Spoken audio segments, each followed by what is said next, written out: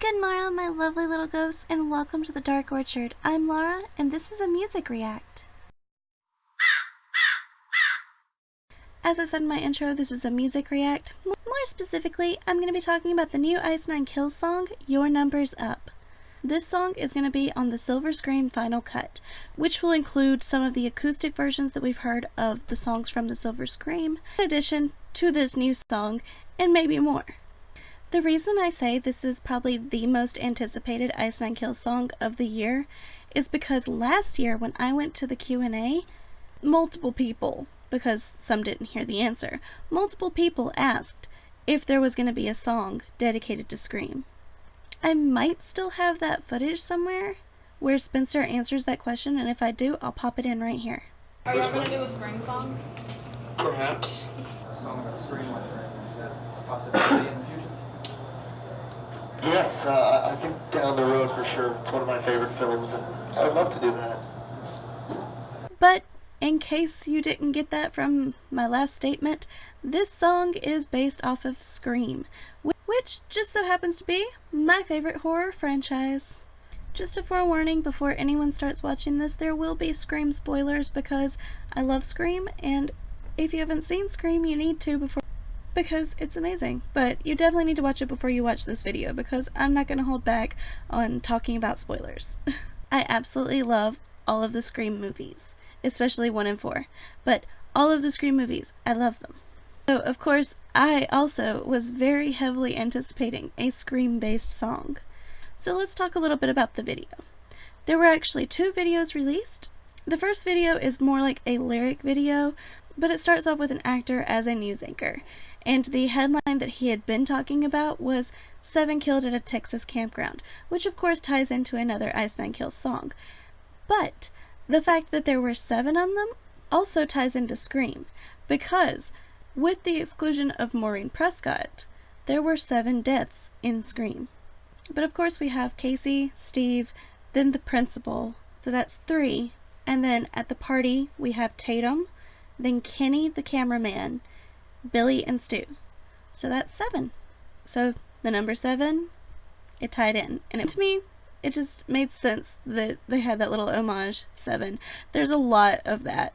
The reporter says that the case of Sarah Becker, not Casey, Sarah Becker, because the female accompaniment in this song, her name is Sarah. He says that Sarah Becker's case is ice cold, and he's for Channel 9. So, Ice 9, Killer, Kills, you get it. I don't need to explain. So they talk about Sarah Becker instead of the cold case of Maureen Prescott because it's its own thing, and I really like that. I like how there was just a subtle twist to the original. There was also mention of Sarah found hanging in an orchard, which I know has absolutely nothing to do with us, but just the fact that they used the word orchard made me squeal a little because of the Dark Orchard, so... So the opening, when we first hear Spencer's voice as Ghostface, oh my gosh, I got chills. I got actual chills hearing Spencer talk to the Sarah character, and their voices really went well together. The opening kind of reminded me of Repo the Genetic Opera, just the way that it was almost like a Scream musical. Like, that's how it started off. It had that musical bravado to it. So I was very pleased to find out that the conversation that Ghostface had with Casey translated in with the lyrics. Like, for example, the clear homage to the questions about horror films that Ghostface was asking Casey, where he mentions Jason, Michael, and Freddy. That was really cool. As it even says in the lyrics, it's a very familiar story. As you're listening to the song, the scene with Casey talking to Ghostface is just playing in your head. Only Ice Nine Kills could do something like that. The line, when the cops find the phone, the call's still listed as unknown, that line's absolutely perfect. And I'll talk in a minute about the one-liner lines in this song that were just so super awesome. But that line in particular really sets the stage for the whole film. The fact that it was an unknown caller, and this was before everyone had cell phones. One of my favorite lines in Scream is, "What are you doing with a cellular phone?" Everyone has a cell phone now, but back then Not everyone had a cell phone. It was a special thing. It was a new thing. So that line really set the tone for the whole movie. If they would have known who the caller was to start with, they would have just arrested Neil, thought he was the killer, and that would have been the end of it till more killings started happening. And also the line, "For you there is no sequel," I really liked that because of course Randy talks about the sequel and talks about how sequels have to be better than the original and how you can't assume that the killer's actually dead, just all the sequel rules. No, please don't kill me, Mr. Ghostface. I want to be in the sequel. It was as meta as Scream is, and I love it. Overall, the song is everything I wanted and more. I loved it. I absolutely loved it. Dan, I heard you on the bridge and it was absolutely amazing. Everything flowed and everything was absolutely wonderful.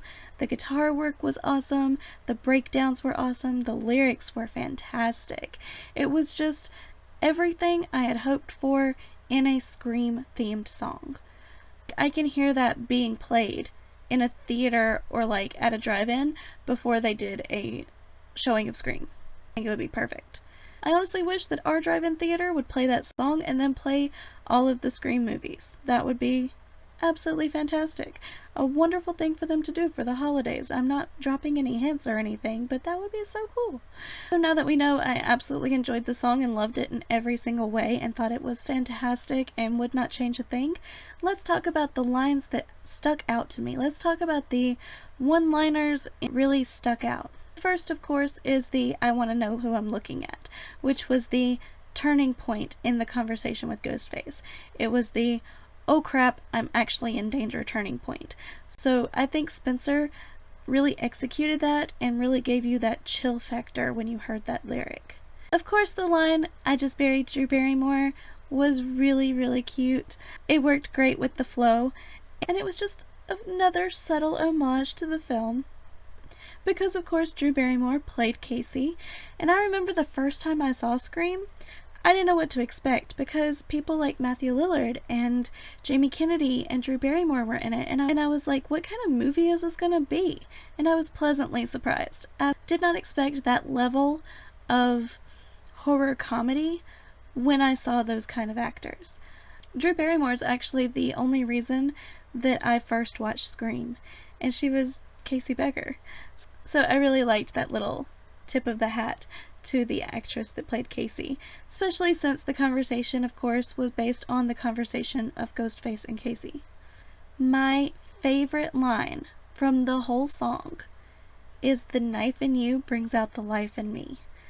It flows, it's beautiful, it sounds amazing.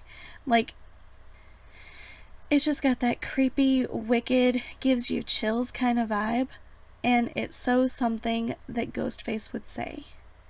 Like, "the knife in you brings out the life in me." That's so Ghostface. That's amazing.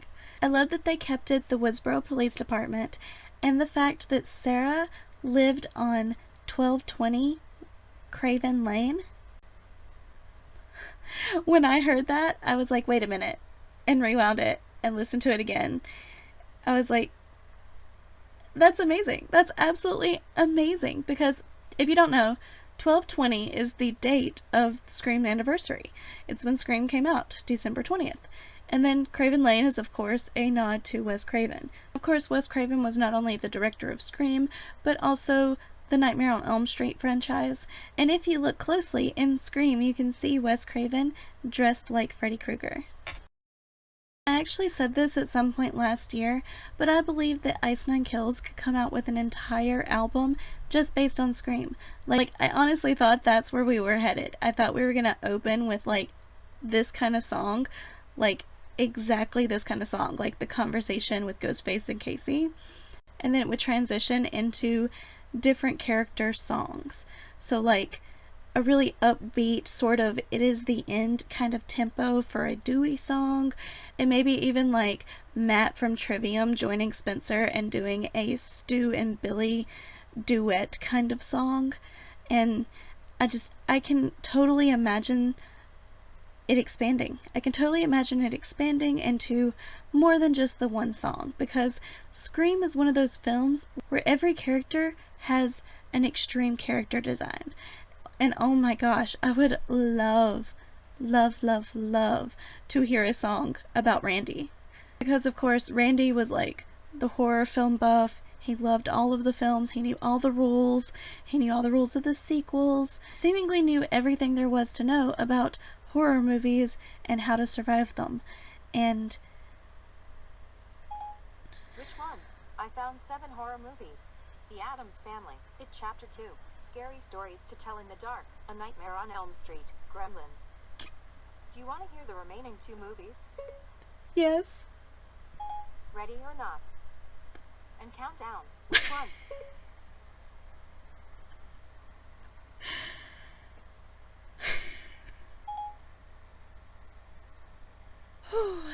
I needed that. What did I possibly say to set her off? I don't know. Sequel. It must have been sequel. Sequel must have sounded like Siri. Please don't go off again. I lost my train of thought. Yeah, I was honestly surprised that there wasn't like a mini EP or something with just a bunch of songs based off of different Scream characters, because I believe if anyone can do it, Ice Nine Kills can do it, and with the power of Spencer's voice and his ability to write lyrics like that, I have full faith that it could have happened. I have full faith that it could have happened and that it would have been awesome. Overall, I thought the song was fantastic. I'm so happy to have a Scream-based song. It's probably going to become my favorite song from the new album, from the final cut. I'm so excited for the final cut. I hope that I can get it at some point. And oh my gosh, the Scream merch that they have available right now. I'm going to link all of that down in the description, including the 2 music videos, because one was a lyric video, one was just a video with the song. So I'm going to link both of those down below. And I'm also going to link their merchandise, because you have to see the Scream themed merchandise. I doubt they'll have it on tour, so I doubt I'm going to be able to buy any of it, because it's so beautiful. They have one shirt that's like a black and white shirt and has Ghostface on the front of it, but also has like Ice Nine Kills written in the white part. It's like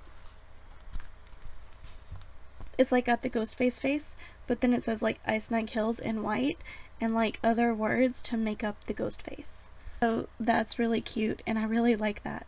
So overall, the song was everything I wanted and more. It was absolutely amazing, and I'm so happy that we finally got a Scream song. I'm sure it's going to be my favorite song from the whole Final Cut album. My favorite song from the Silver Scream, it's kind of a toss-up. It's between Rocking the Boat and Thank God It's Friday. But as far as hearing it live, my favorite song to hear them play live is Thank God It's Friday, mostly because of how theatrical they are when they play it. Let me know down in the comments what you thought about the song, and also I have a discussion question for the comments. Who actually killed Casey Becker? Here's a question for the comments section, because I know if you're watching this, you've probably seen Scream, and you probably love Scream as much as I do. So, my question is, who do you think actually killed Casey? Was it Stu or was it Billy? Because I have this debate all the time with my mom and with friends. Like, when you look it up, it actually says that Billy's the one that killed Steve, and that Billy and Stu killed Casey. But then we see Billy crawl into Sydney's window not long after. So my thought was always that Billy was the one on the phone, but Stu was actually the one there, especially since Stu actually dated Casey, and it just would make sense for Stu to be the one to kill both of them.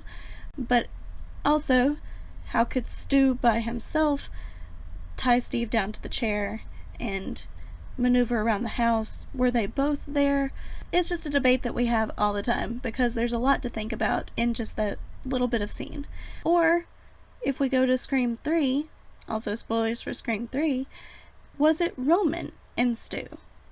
Like, if you think back to it, there's at least one other scene in the original Scream where Stu and Billy are accounted for, and yet we see Ghostface. Do you believe it was Stu and Roman that killed Casey? Do you think it was Stu and Billy? I want your opinion. Who killed Casey in Scream? So that was me discussing Your Numbers Up by Ice Nine Kills. Thank you so much for watching. I hope you enjoyed this video, and I hope you come around again soon. Say bye. Bye. It was so cool that if you haven't seen Scream and you don't want to know who dies, that creepiness that the character really needed, and it just worked. Oh, okay. She's done with me. Phoenix. You have to see these Scream themed songs. So, Phoenix. Where Stu and Billy's, and we're gonna be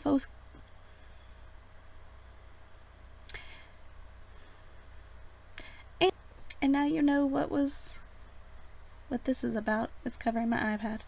So I hope you enjoyed this video, and I hope you come around again. So bye. This is my Sydney Prescott wig, which I thought would be funny or cute to wear, but she been through a lot. Ooh. Okay, she really been through something. This wig is a disaster. Okay, which is, it's another ghost face mask. Fun fact, actually, this mask is a newer ghost face mask, but that one, that's an original mask from when Scream first came out. Like, original Scream mask from the first film.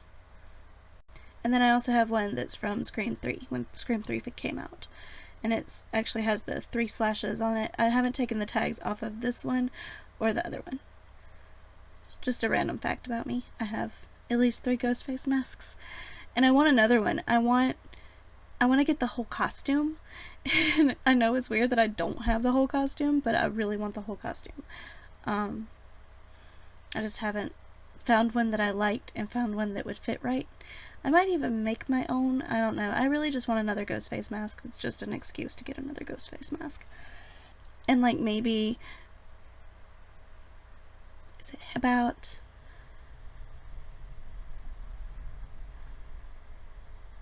so my honestly tells a beautiful story. Not beautiful, but you know what I mean. Before you go, I'm sure some of you know, my Vlogoween series starts tomorrow. That's right, Vlogoween starts tomorrow. Most of my videos are going to be in studio this time because that's what you guys voted for. I've got a lot of makeup looks coming up. I've got a lot of nail tutorials. I've got a lot of top 13s again because you guys really seemed to like my top 13s last year. And this Vlogoween, we're going to focus on music. We're going to focus on Supernatural because this will be the last year that we get a new season of Supernatural. And we're going to be focusing on Scream because I love Scream. And my Halloween wouldn't be complete without something Scream related. So stay tuned for the next 13 days, turn on those notifications, stay up to date with all of my Vlogoween episodes. Of course, I'm going to make a playlist when they're all finished and as they come out. So if you do happen to miss a day, it's going to be down in the playlist. It's going to be in the playlist, and I'm going to link the playlist at the end of every Vlogoween video. I know my videos are always all over the place and always have different topics. That's why I try to make playlists for each individual one. You guys are probably going to want to see my music topic Vlogoween videos the most, and once that gets started, I'm going to link that playlist at the end of this video in the end credits.